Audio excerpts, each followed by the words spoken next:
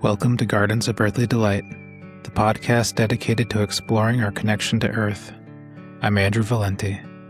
Every episode, I sit down with someone whose work puts them in contact with the Earth, and through these conversations, I aim to create as many paths as possible for you to find your own way to connecting with the natural world.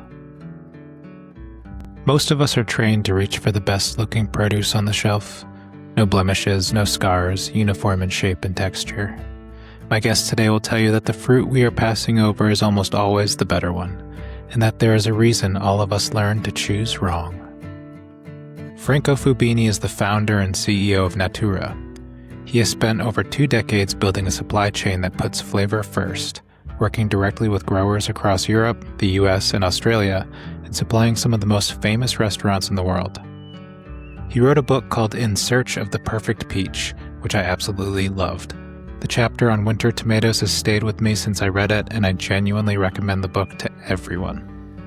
We get into why the varieties we lost were never the ones that were hard to grow. They were the ones that were hard to fit into a supermarket. We talk about how you learn to taste, and what it takes to trust your food when there is no label doing that work for you. And he shares one of his favorite food memories that will have you yearning for the Italian coast and the simplicity of her summer meal.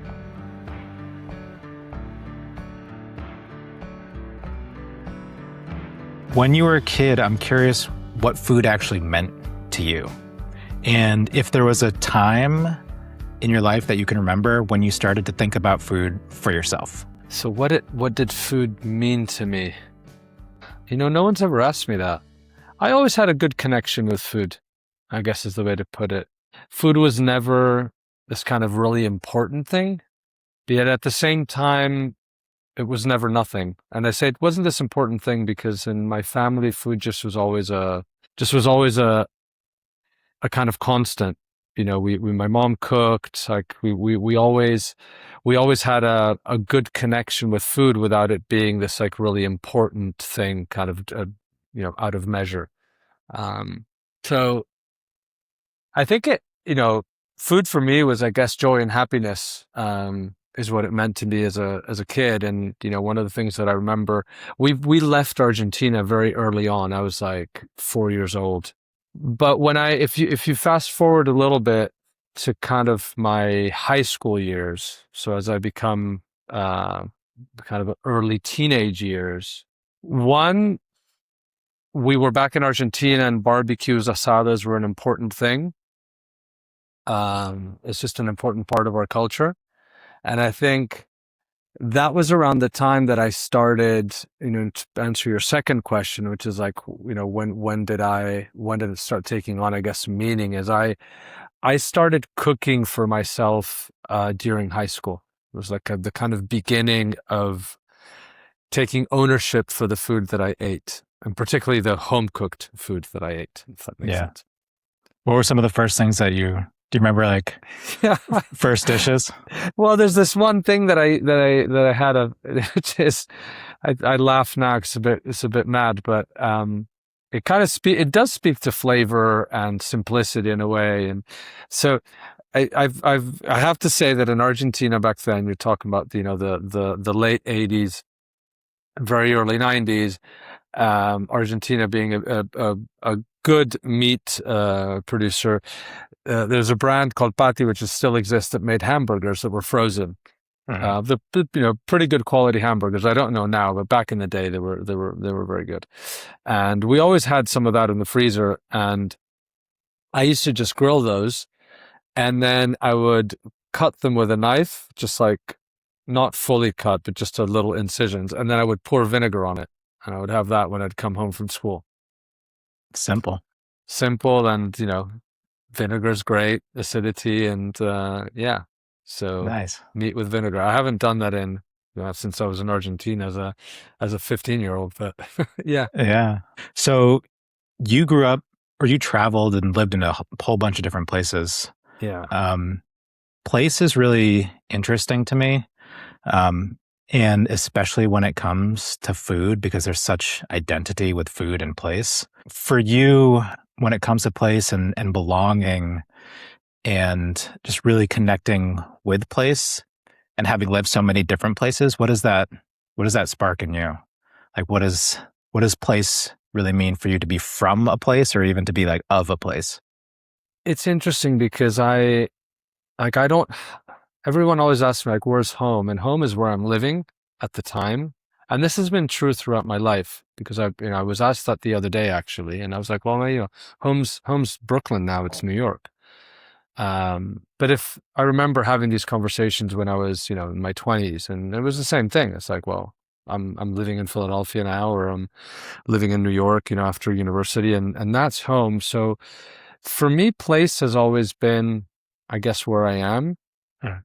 And I've always looked at place through the lens of food as well, because, and I talk about this in the book, and I say this because I thought a lot about why food systems are a certain way in certain parts of the world, and then inevitably it led me to culture and place.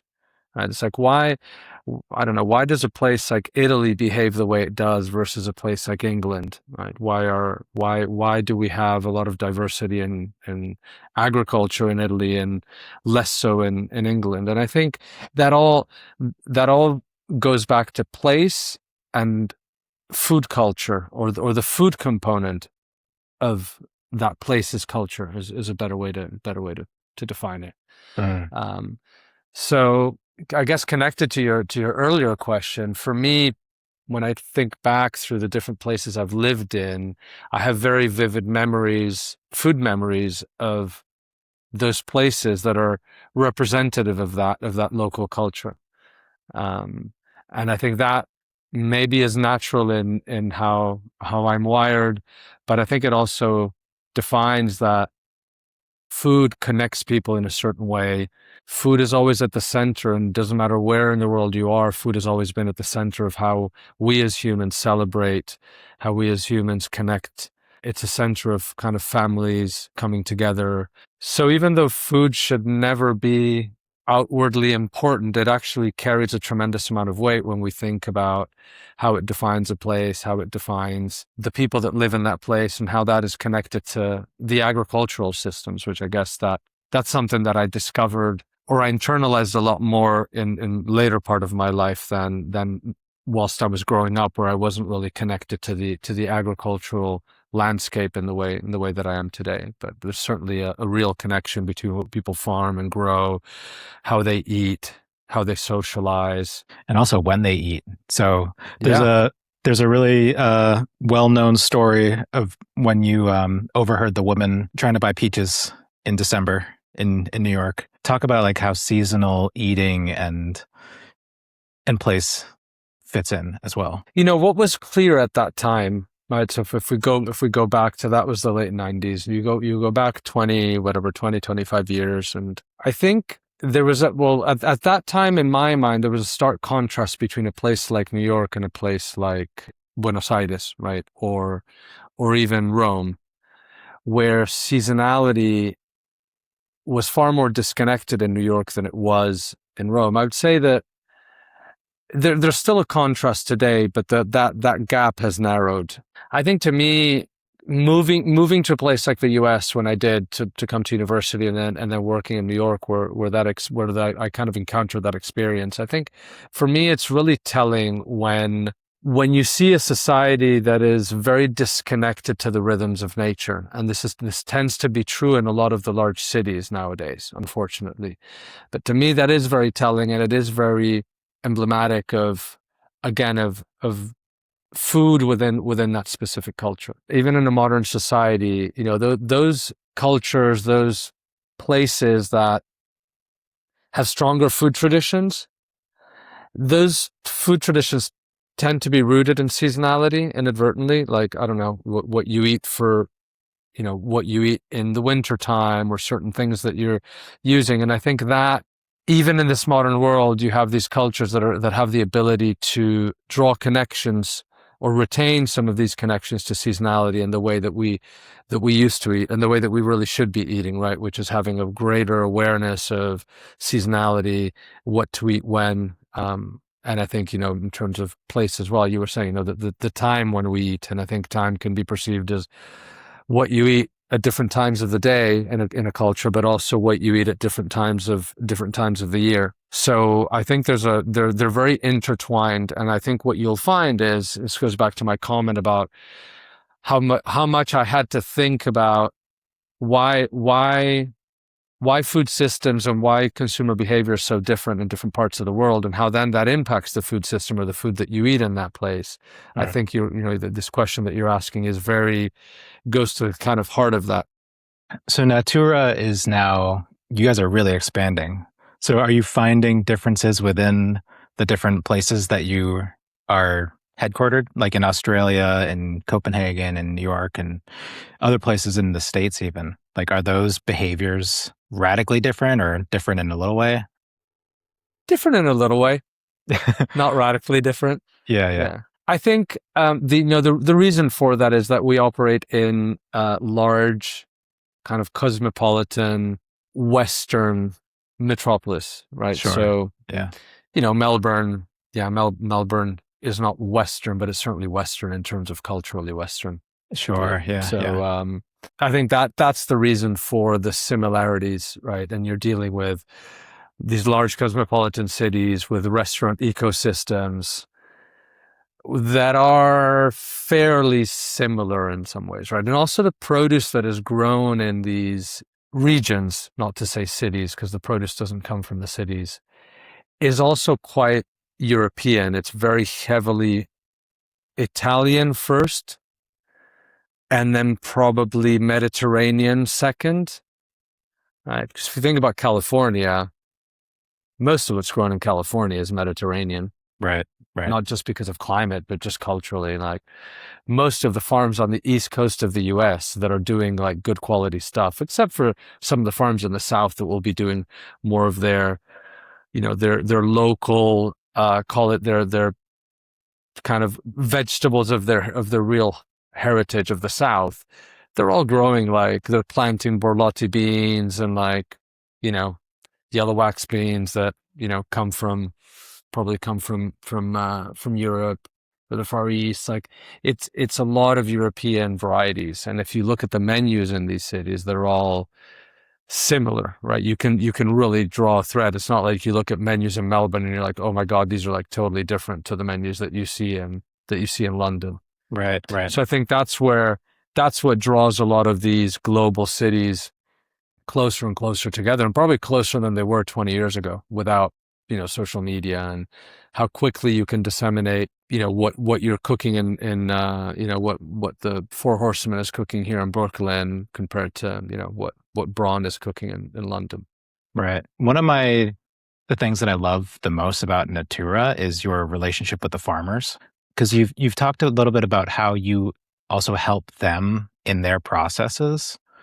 So dive into that a little bit, because like when it comes to harvest or even bringing in new varieties with certain farmers, how much input do you give to the farmers that you decide to work with and have relationships with? It kind of varies by farmer, but I guess I can walk you through the things that we are capable of doing, or the things that we do. That doesn't mean that we do them with every farmer. Sure. But it can start with just pure crop planning. That's pretty common across a good chunk of our supply chain. So that means that we will sit with a farm months before planting season begins for whatever crop or crops, and set out a plan and say, well, we think that we are going to be able to buy these volumes across these months or across the year. This is what volumes look like month to month, right?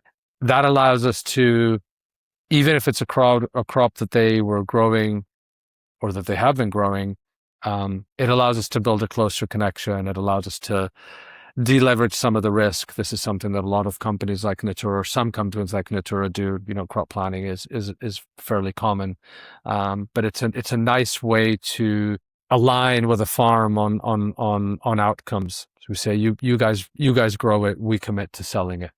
And does that play into, like, are you able to get higher margins in the crop planning, saying that you're committed to a certain volume? It could, in a way. It can. It's not done for price reasons, but inevitably, when you crop plant, it's interesting you ask that. And with many of the farmers, you do go into price conversation because we believe, and we try to convince farmers. Some of them are convinced, some of them understand, some of them don't. And we then try to convince them that having stability in pricing is better. And it kind of, those that need convincing, it depends what they're used to. So I'll give you a good example. If you take, a lot of the farmers in Italy are used to selling their products on a wholesale market, and wholesale markets have daily pricing. The price shifts even through the day. So they like the idea that they get prices that fluctuate, particularly when prices fluctuate on the up. So their initial reaction is, well, we're going to negotiate a price, but then if I've agreed to, €3 a kilo, but then the market spikes to 450, I lose out. And it's like, well, you don't lose out if you look at the whole growing season, and actually maybe 3 or 350 is a higher average, and it gives you predictability of what you're going to get, and you're not at the whims of the market. So, so yes, crop planning can and does lead to pricing conversations where the objective is to provide stability, because it's not so much about pushing margins up, but it could lead to that. It could lead that the farmer is happy to give us better pricing across the season because of the commitment that we're making, because he's getting some value on the other end, where his predictability, his ability maybe to plant more, justifies him saying, well, I can actually do this at this price, which could benefit us from a margin standpoint. The impetus of it for us is price stability, predictability, giving our customers again, more predictable pricing. So rather than seeing this fluctuation of pricing, if we can give customers confidence that prices aren't going to move around so much, that is a benefit for us. The other things that we do, and this tends to happen with maybe smaller farms, is we talk a lot about harvest and harvest practices, kind of post-harvest packaging, so how you pack the product. That could be very fluid. Like, we'll get a box of spinach come in, like it happened here in New York a couple of weeks ago with Jeremiah, who runs our buying team here. And, if you see a case that has, I don't know, 15 kilos of spinach in it, and it's a massive case of spinach, we're like, well, why don't we talk to the farmer about maybe reducing the case size, because it just damages the product. So those kinds of things where we're talking about how to handle the product. On the harvesting side, it could be harvested sooner, later, in this way or that way, right?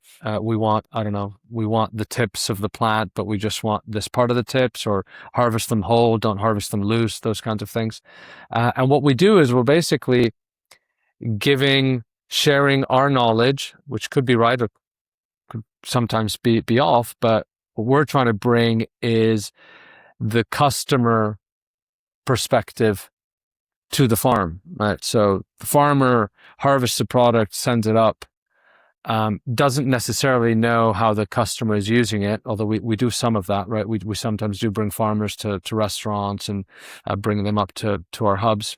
But what we're trying to do is take our expertise of what's going on at the customer level, what do the chefs want, what do consumers want, and trying to bring that back and say to the farmer, hey, this is what we believe the market needs. This is how we believe our customers would be happier. And by our customers, it's both Natoора's and the farm's customers, right? Because if we're selling product to restaurants, those customers belong to both of us, right? Because it's in the interest of the farmer to make sure that we're doing the best that we can to service those customers, right? So if the zucchini or the courgettes need to be a little bit smaller, or we want to make sure that we pack them in the right way so that they travel better, or that upon receipt they get received better.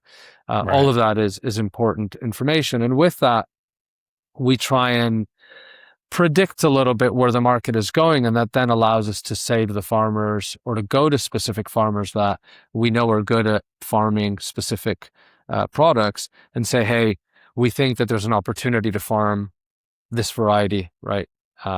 We should plant this potato, or we should plant this eggplant, because we believe that there's a real market for it. We do some of that happens across regions where we see a product that has done well in New York, and we say, hey, you know what? We believe that this product could do very well in Europe.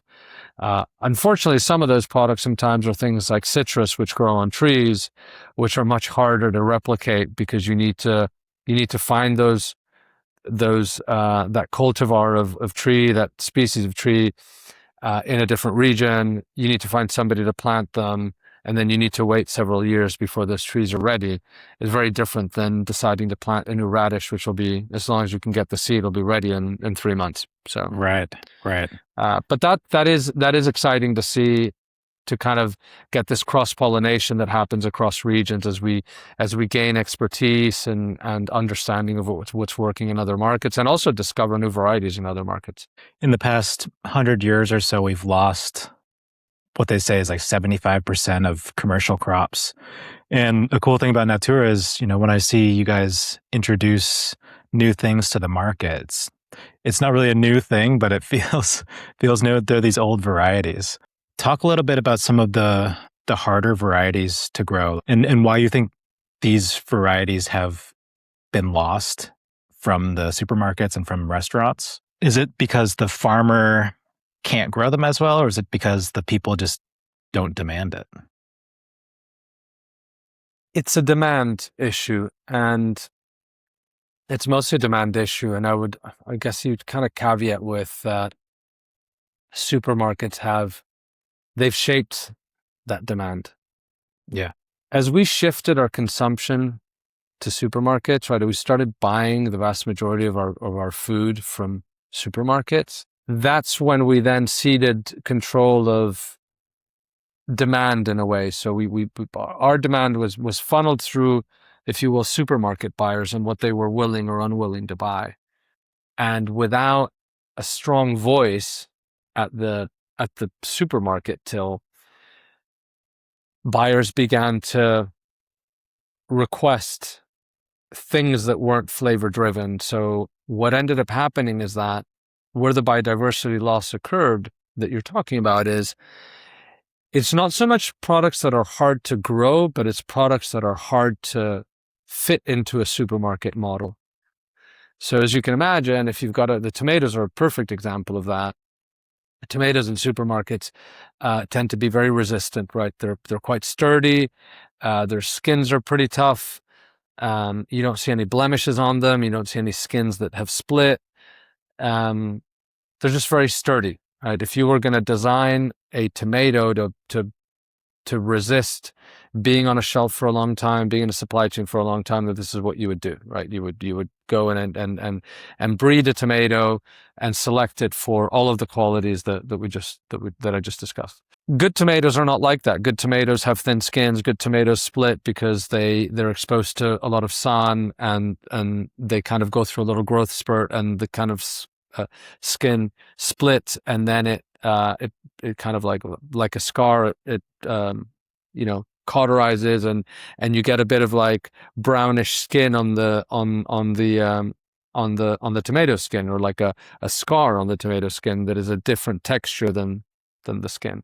They're misshapen, they're weird looking, they bruise easily, all these kind of things that make them good, but that actually don't work in the current supermarket model. So because our consumption is in the Western world, 80 to 90% of the food that we don't eat at a restaurant or at a fast casual place ends up being bought in a supermarket.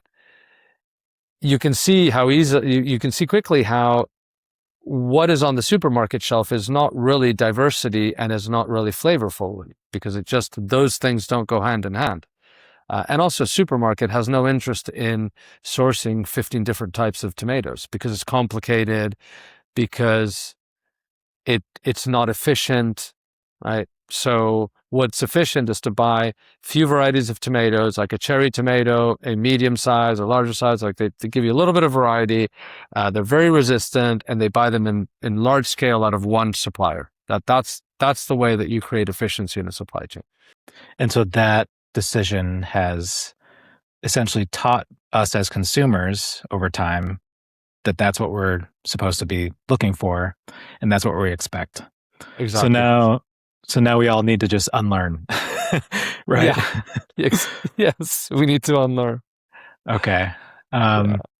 Yeah. So I'm glad that you brought up like the ugly fruit, right? Because I often find that, I mean, I grew up looking, if I'm at the grocery store or even a farmer's market, I want to get the best looking thing, whatever it is that has the fewest blemishes or whatever. But now that I'm becoming more educated about flavor, knowing that the plum that has the speckles in it, like that's going to taste better. Whereas if I saw the speckles before, maybe it's like, nah, I don't want what are those speckles, right? Or the tomato with the scar on it. So when you were diving into this, did you come across any research like saying that there's even more nutritional value in the more flavorful, ugly fruits and vegetables? I haven't come across like specific scientific evidence that says the blemishes give more nutrition. Mm-hmm. What I can tell you is that there is scientific evidence that flavor equals nutrition. Mm-hmm.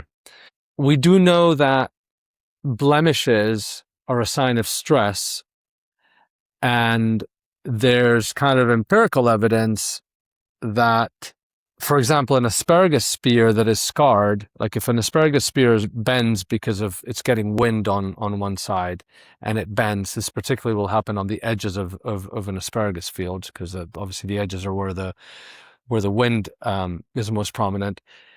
That if you taste that asparagus spear against one that's straight, same field, it'll just have more flavor. It'll be more intense. So you can test this yourself, right?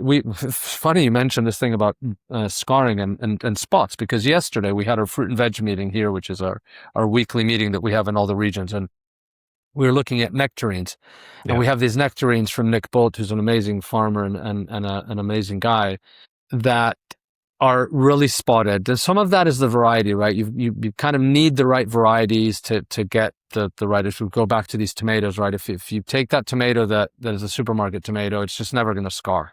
It's almost impossible for it to scar.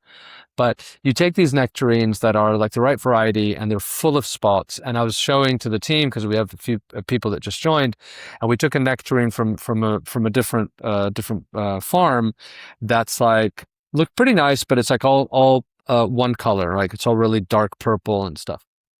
You can see, right, visually they're very different. When you taste them, and they taste very different. Like the one that's full of spots, which are like the sign of like high sugar concentration stuff, taste 10x in terms of flavor. So you can go ahead and try products that have blemishes next to ones that haven't, and notice for yourself that the flavor difference is there. We know that flavor is nutrition. We know that when something tastes really intense and complex, that is a sign of a lot of complexity in terms of minerals and nutrients and micronutrients that are in that fruit or that vegetable. So there is a correlation, and we've been talking about doing nutritional density studies for quite some time, and we did some analysis about 10 years ago on product, but whilst I haven't come across specific evidence, I am pretty sure that is the case. Is that that's scarring. What I can definitely tell you and people listening is that if you find fruit that has scars, it will taste better than the one next to it that doesn't. That is 100%. Cool. Yeah. And it's interesting too, because I feel like growing up, what was considered healthy food, even if it was my parents cooking vegetables for dinner, simply cooked, it just never tasted good. So I feel like it always had this association with just like healthy food just didn't taste as good. Do your parents listen to this podcast? they can hear that. It's okay. It's okay. I mean, like some steamed green beans, right? Just like, you're just get some green beans out of the freezer, steam them. It's on the side of your chicken or whatever, right? Yeah. Just always so bland, but I feel like so much of that is the variety. For me now, as a cook and as a shopper, when I want my vegetables to do the cooking themselves, like I want them to be the flavor. And just when you have these more flavorful varieties, you need to do less cooking, essentially. No, I mean, you're right. It's variety. I'd say the same thing. Like Mhm. and again, it's something that I talk about in the book, and I talk about it internally here so often when we try and explain why something is better than something else. Like it's not just one thing, but if you said pick the most important one, varietal, Mm, 100%. mm. And you talk about flavor a lot. Like most every conversation I ever hear you in, it's like flavor gets in there. So if you think about like a wine sommelier, right? People who really know wine or who are trained to know flavor and taste. For somebody who just never thinks about their food to have flavor, like what's the entry point for someone to really start to understand that vegetables have different flavor, that the peach with the scar has better flavor than the one without. That's a very, very interesting way to think about it. The broad answer would be to taste, right? For example, one great way to do it would be if you have access to like a farmer's market, even though most of us, even if we have access, it's not convenient. But if you can make the effort to find some product that is a little different, right? So I think back to when I lived in London, there was a farmer's market near me. It wasn't a great farmer's market. And unfortunately, London is not great for farmer's markets, but you could easily go to Tesco's in Notting Hill, like on Portobello Road, and buy some produce there. And then on, I think it was a Saturday, Sunday, go up the road on Portobello, like a 2-minute walk, 3-minute walk. You just go up the road, and at the Spanish school, there's like a farmer's market there. And like try and buy some stuff there, and then just take that time to taste side by side. And I think that is, a lot of times you eat without thinking. And I still do that sometimes. Sure. Yeah. Um, So we have to do it every day. we have to do it every day. And I don't know, even if you or I were to go and have lunch and grab lunch at a restaurant tomorrow, you might taste the first bite, but a lot of times if you're having a good conversation, like you're just eating and you're not, if it's something really amazing, you probably would at some point be like, oh my God, like this is pretty amazing. And it would stop you from the conversation. But Sure. generally, you're not thinking about what you're eating intently, particularly if you're having good conversation. So just taking that moment to stop and taste something and be intentional and say, okay, I'm actually going to taste 3 tomatoes side by side, right? Yeah. And it's funny because we this is like every day that happens at a Natoora office, that someone will be tasting something, right? Whether it's side by side or not, you're just tasting something, or you're grabbing, a melon and tasting it next to another melon and just, talking about it. And I think that's the way that you start noticing, like you said about the beans, that, you can take some crappy beans out of the freezer and steam them, and it doesn't matter whether you steam them well or not, that they won't taste of anything. But then if you take some really beautiful, fresh, extra fine beans that have been grown in England or France or Italy, but by a good farmer and picked fresh, and you've eaten them within a couple of days of that, they're incredible. They're delicious even raw. It's that taste, and the side by side comparison is probably the strongest way to re-educate ourselves. Mm. And now, as a very experienced taster of things, and this is going to be like a little bit more of a maybe metaphysical question, but like for you, like what's happening for you when you're just biting into something super fresh? Like what is when you have that like flavor experience and you're like, whoa, like what happens for you? I mean, if it's really amazing, it just blows your mind. It still can create a moment of intense joy and awe. It's like how the hell is this possible? Like God, like how, you taste like an incredible melon, like the Oscar who grows these incredible melons in Mantua. Like we tried a melon a week or so ago, and you're just like, how does it, like how, like how is this possible that something can be this damn good? And again, so that's what's happening in me. And I think if you do taste a lot, you have these benchmarks. And so when that benchmark is broken, you're like, holy shit, like this is insane. Yeah. And at the metaphysical level, I don't know, I just get a huge amount of joy. And maybe this does go back to, like my connection to food as a kid. And it's like, a lot of my enjoyment in life is food. My happiness on this planet, a big part of that is the enjoyment that I get out of really good food. Yeah. Simply put. So, I feel like that's also how we can actually shift the food system, and how we can shift the paradigm is the more people that can have those moments. Because once you know something, it's hard to unknow it. Once you taste something, it's hard to get rid of that memory of that flavor of the way that something's supposed to be. Right. Yeah. And I kind of go back to like bananas. If you've ever been somewhere that grows bananas and you eat a fresh, ripe banana off of a tree, then you realize you've never really tasted a banana before. 1,000%. I go to Brazil a lot. We go to this island, Ilha Grande, and I'm going there in July. Now that you talk about it, and the bananas there are wild banana. I mean, wild. They're indigenous bananas to the island. Yeah. They're like really small. And it's interesting because there are a couple of different varieties. But there's one that's not amazing, but there are other varieties that are a little bit on the smaller side, and it redefines. You're right. It's just you've never had a banana before. Like it just totally redefines what a banana tastes like. It's mind blowing. Yeah.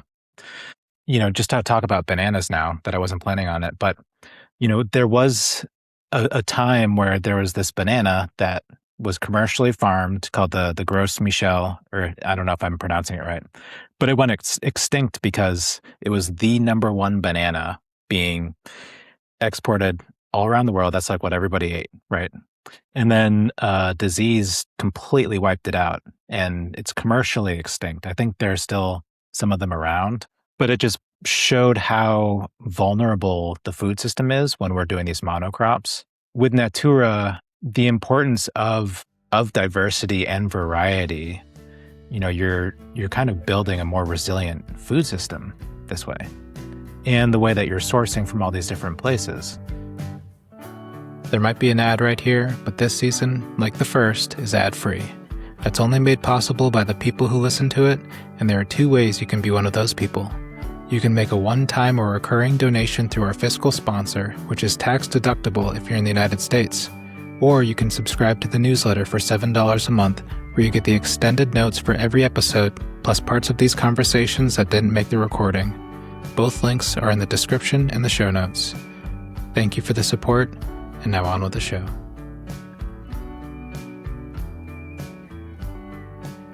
What have been some of the biggest challenges in the logistics of shipping these things around the world?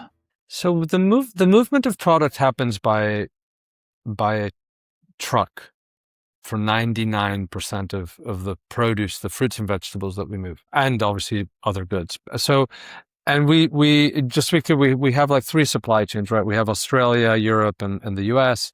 There are a handful of products that we ship from Europe to the US in terms of fresh product.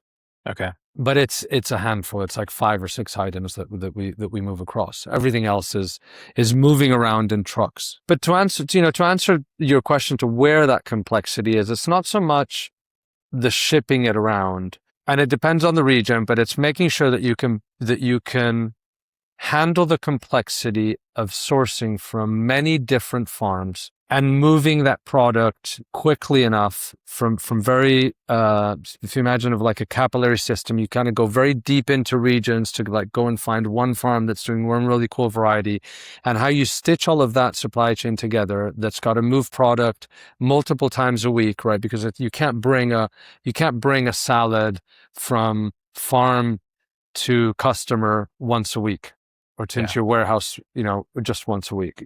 You need to be bringing it at bare minimum twice a week. You need to have shipments coming in, right, to maintain some level of fresh product. So that's where the complexity comes in. That's the challenge. And I would say that the thing that a lot of times people forget is that one of the drivers of enabling that complexity is your customer base, is the demand, right?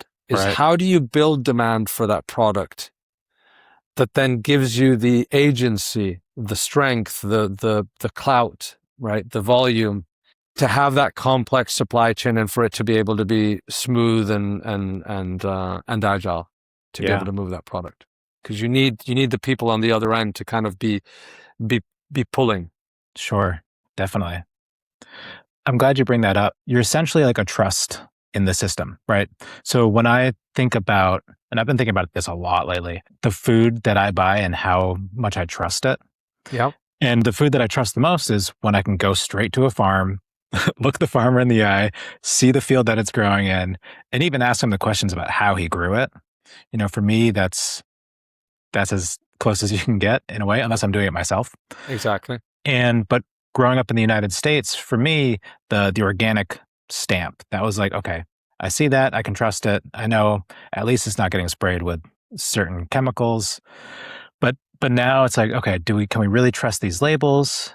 So I think coming back to demand, you guys being a level of trust and getting your customers to be like, okay, I know that I can trust them to get me the fresh thing because they have the direct relationship with the farmer. You kind of have like these if you were to do a diagram, you'd have like, grow it yourself, buy from a farmer, buy from a Natoora, buy from a supermarket, right? In terms of layers of trust.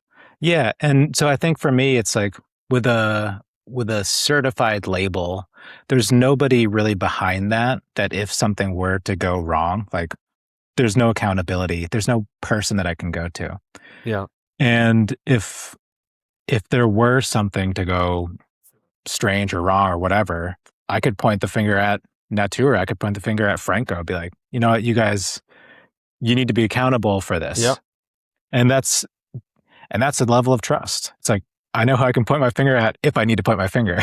Yeah, absolutely. And it's true, because we do get, we sell on Ocado, the kind of online supermarket in the UK, and on the odd occasion we get emails from customers that are sometimes happy, but usually you tend to get the ones where customers are unhappy. And customers do write to us and say, hey, I bought this at Ocado, I got a refund from them, but still I wanted to make you aware, or I wasn't happy about this, or so people do come to us when things aren't right.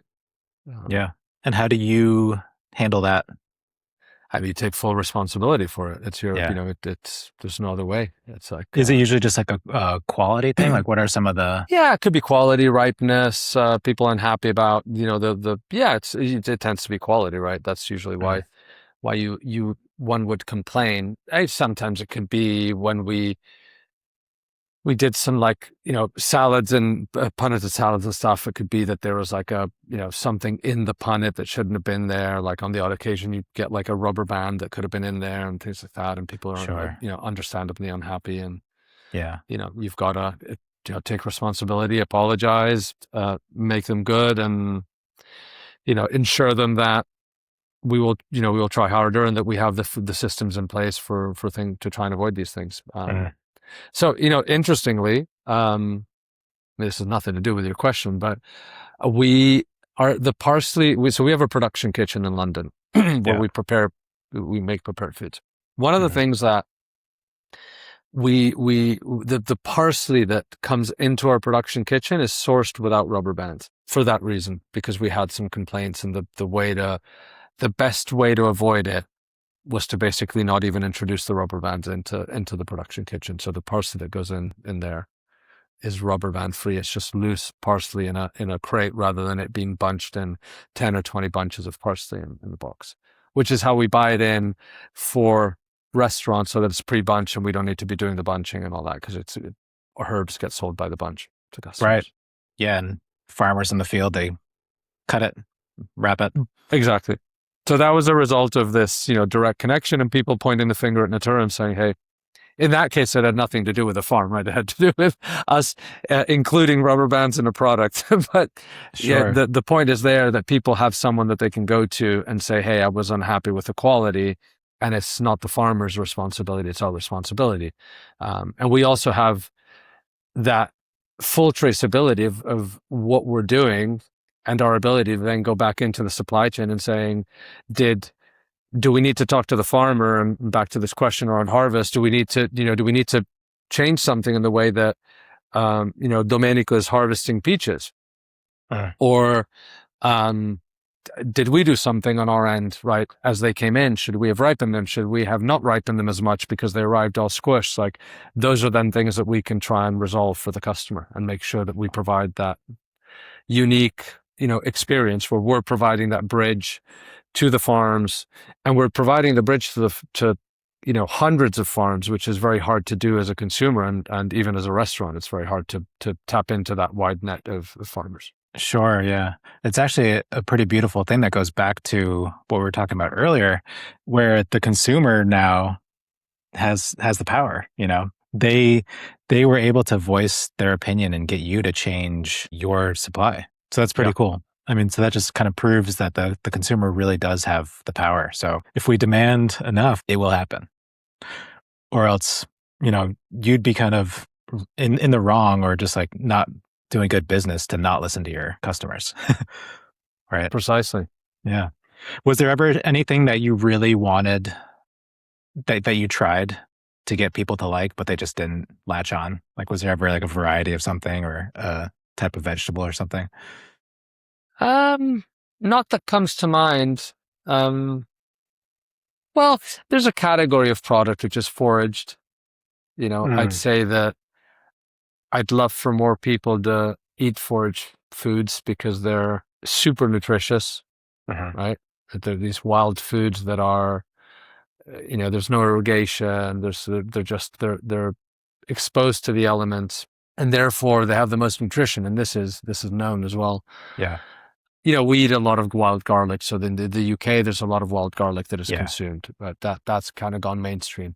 Ramps, which I actually find it interesting that people associate that. There's a reason why people associate the two. There's good reason for it, but they're actually very, very different. Yeah.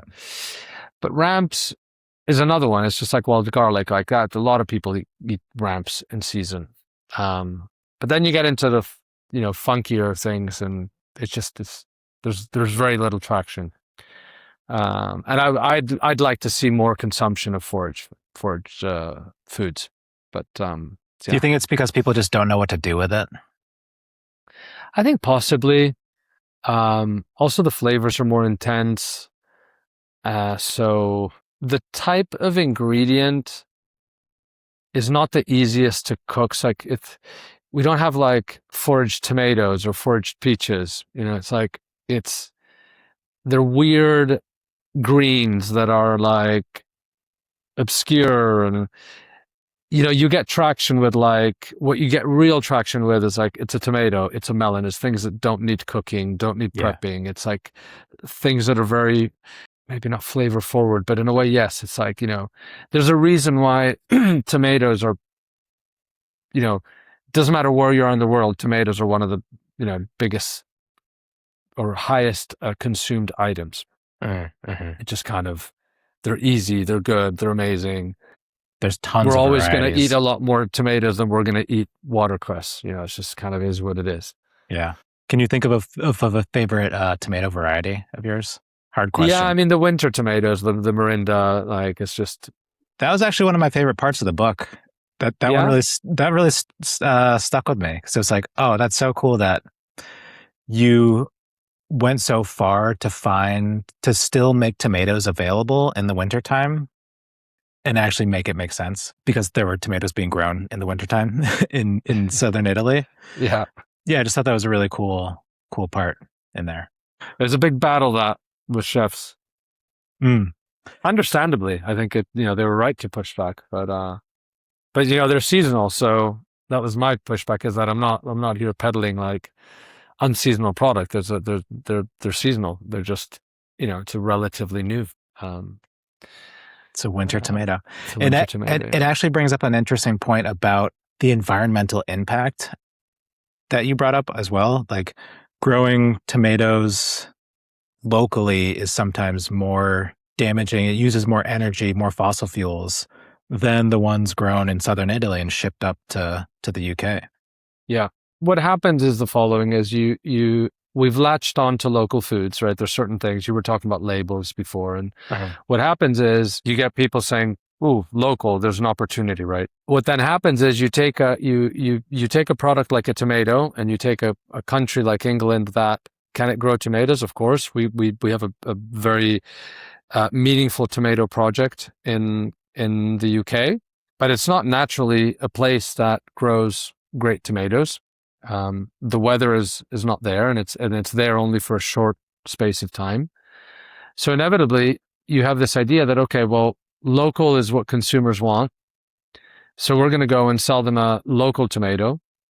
But then ultimately, the way that you achieve that, to do that for a bigger part of the year, is to grow it in highly computerized greenhouses. So this is not your like little greenhouse that's just like a hoop house that that you romantically think of when you think about a small organic farm growing things undercover. This is a probably Dutch technology glass house with no soil, where everything is grown in a hydroponic system, which is basically a trough which has usually recycled coconut husks from Thailand. So I make this point about Isle of Wight tomatoes in the UK, where there's nothing Isle of Wight about them. They'll tell you that it's the sun and that it's the air, and but ultimately it's Dutch technology using some substrate that is coming from Thailand, or I don't know exactly the substrate they use.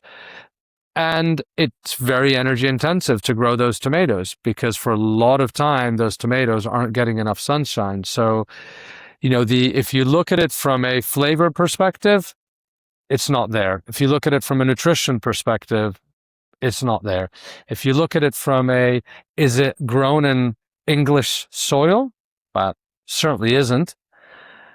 So then you're like, okay, so what makes them local in English? The fact that they're in a greenhouse that happens to be relatively local.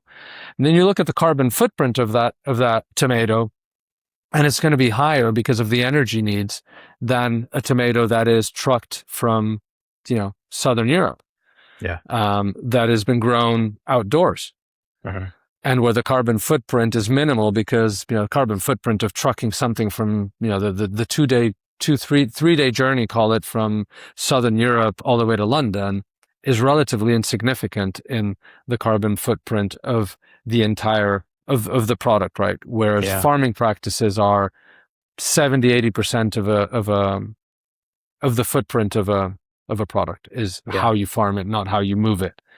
So, but this happens because we're tricking the consumer into getting them to believe that a product is local, and that's what consumers want. It's like, I don't know, taking organic farming and saying, I'm going to slap an organic label on this. I'm going to farm it really intensively with a lot of inputs, but it's organic. And it's like, well, that's different than what Riverford does, which I'd say that the vast majority of the produce that they're sourcing organically is what you would believe to be organic. Maybe there's some organic lemons there that are a bit on the industrial scale, but what Riverford is doing is staying true to the organic principles. What we see as organic in supermarkets across the US, a lot of that isn't true to the organic principles. We're just hijacking a label because there's consumer demand for it.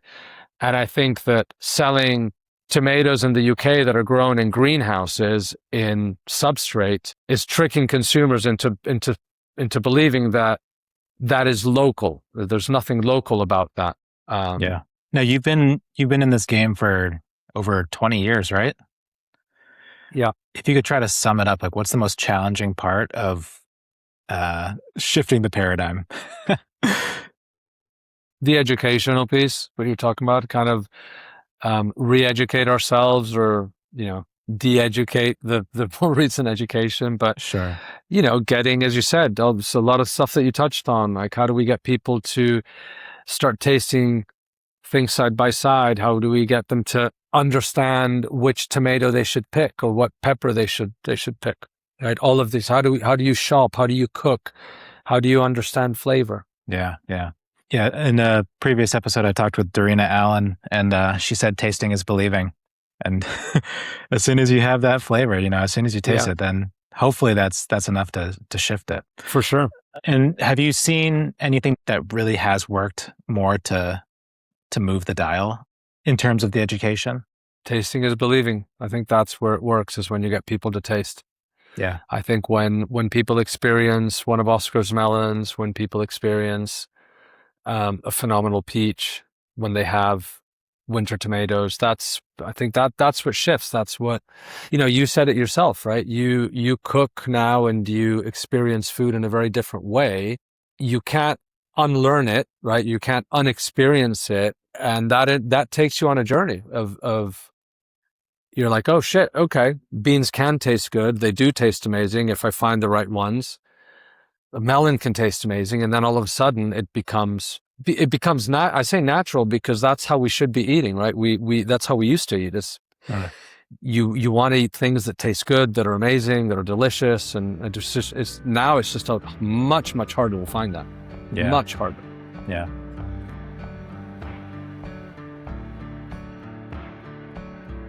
What is one of your favorite food memories? Oh man, that's tough because there are too many. Yeah. I listen. I don't know if it's one of my favorite or not, but it's the one that came to mind. Sure. And I think it's meaningful because it involves it's about family. It involves someone who is very close to me that's no longer here. Who's my stepdad Alberto, who unfortunately passed away. Actually, in April was 40 years ago, so a long time ago. And it's a place that holds a lot of good memories for me, which is the Amalfi Coast. So we had a little Boston whaler, and my brother and I and my mom and Alberto used to go on holiday to Positano in those years. So we used to go to Positano. We had this little Boston whaler, and we had our lunch, not always, but a lot of our lunches were on the boat. And those lunches consisted of usually things like fresh buffalo mozzarella, which is obviously from the region, the incredible Sorrento, or what we now call Vesuvio tomatoes, Parma ham, good olive oil. So yeah, I just have this memory of that place, that time, the beauty of the Amalfi Coast 40 years ago as well, which is different now. The physical beauty remains, but it was a very different time. And just the freshness and simplicity of the food that we used to eat. They're phenomenal food memories. And I'd say that some of the best restaurant memories I have were lunches where we would go places that you would have to, go with a boat and then swim onto shore and have some of the most insane, beautiful plates of pasta, usually seafood pasta, that I've had in my life. Yeah. With your feet with no shoes, just bare feet in a bathing suit and maybe a t-shirt, and just having incredible food. Yeah. So. Yeah. I'm longing for Italy. That sounds so great. Italy is, if you go back to the beginning of this conversation, and Italy has always drawn a tremendous amount of tourists for good reason. The quality of life in Italy is incredibly high, in part because of the beauty of its landscape and the beauty of its food and the simplicity of its food. So yeah, Italy is like, if you think about why things are a certain way in terms of food systems, Italy has a lot to teach us. Probably I'd say if you were to push me to pick a country that would teach us the most about food and culture and food systems and why things within a nation state behave in a certain way, and particularly through the lens of food, I think Italy is the country that teaches you the most. And that's why Italy is just such a magical and special place, even to this day, and from a quality of life perspective, particularly if you value food as part of that quality of life. Yeah, 100%. I mean, I think to go back to flavor, when there's that culture involved and there's that importance connected to it, it's going to taste better. Like when you know the story of where something came from, it tastes better. Yeah. And that's Totally. like, I don't think like I don't know if we'll live to see them scientifically prove that, but I stand behind that. I think totally. Listen, yeah, is it scientifically proven? Stories are so important to our evolution and Yeah. who we are. The way our brain is wired in a way that where memories and food memories and stories are really critical. And so I do think that your point about why stories make food taste better makes a lot of sense if you think about it in evolutionary terms, and how humans have evolved through storytelling. Like our education started through storytelling. That's how we kept ourselves safe. That's how we ate the right foods. There's a reason why if you give a presentation, if you know anything about kind of giving powerful presentations, you've got to tell a story. Yeah. Right?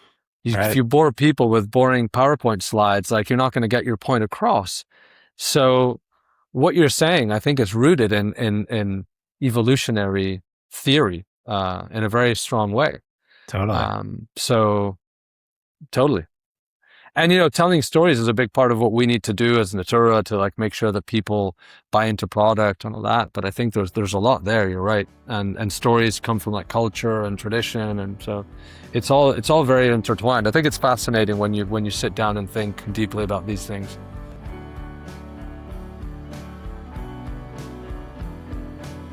Gardens of Earthly Delight is hosted, produced, recorded, and edited by me, Andrew Valenti, which is a long way of saying it's a one-man show. The music is by Dolly Valentine, and the logo is by Hunky Kitty. If you found this episode insightful or inspiring, please be sure to subscribe, like, share, and give it a positive rating so more people can find their own way back to the earth. Thank you for listening.